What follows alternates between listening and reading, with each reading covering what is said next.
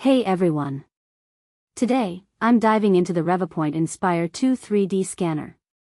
This device is an iterative update on its predecessor, promising improved accuracy and the ability to scan shiny objects. But does it live up to the hype? Let's find out. First things first, the Inspire 2 boasts a hybrid scanning system and 11-line infrared lasers, which are significant upgrades from the original model. These improvements are evident on paper, but will they make a difference in real-world use? Well, that's what I'm here to find out. One of the key features I wanted to test was its performance with shiny objects. You see, shiny surfaces can be a real challenge for 3D scanners, and I was curious to see how the Inspire 2 handled them.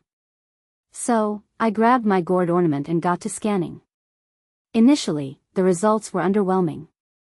But, I quickly realized that adding more markers and using a hybrid turntable and handheld approach significantly improved the scan quality. It's clear that the Inspire 2 shines when you put in a bit of extra effort. Now, let's talk about portability. The Inspire 2 is incredibly lightweight and compact, making it perfect for on-the-go scanning. It's like having a tiny, powerful scanner in your pocket. But, I must say, the plastic construction feels a bit fragile, so handle it with care.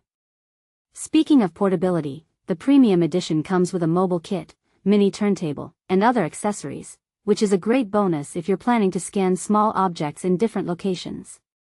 However, if you're a Mac or AMD user, be aware that the Inspire 2 doesn't support hardware acceleration, so it might not be the best choice for you.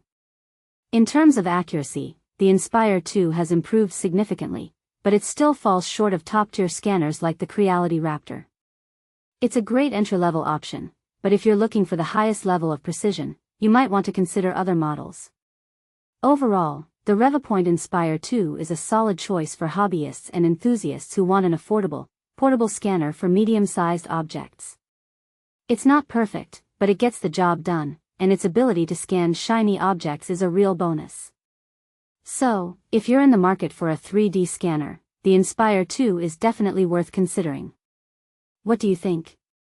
Have you used the Inspire 2 or have any other scanners you'd like to compare it to? Let me know in the comments below.